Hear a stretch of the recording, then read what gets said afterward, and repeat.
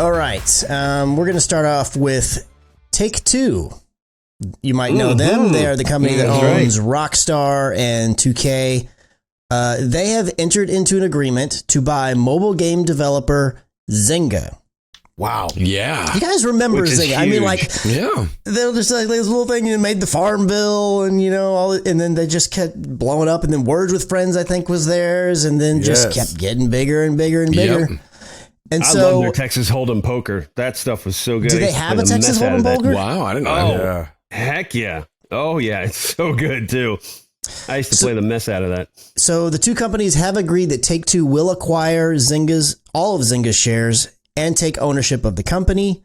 The deal's value across both cash and stock represents what could be the largest acquisition in video game history at $12.7 billion in valuation. So much money. Which is more than Tencent paid for Supercell, which was 8.6, and it's more than Microsoft paid for ZeniMax and Bethesda, which was 8.1.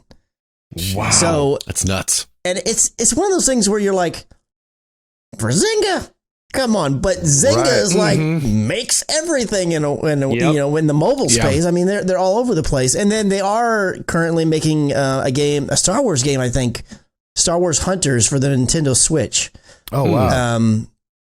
So I haven't heard about that game outside of this article, so I don't know if that's like a big deal or not. But still, regardless, I mean, they make a ton of stuff, and clearly, Take-Two would not be spending this amount of money if they didn't feel like that they were worth it. Right.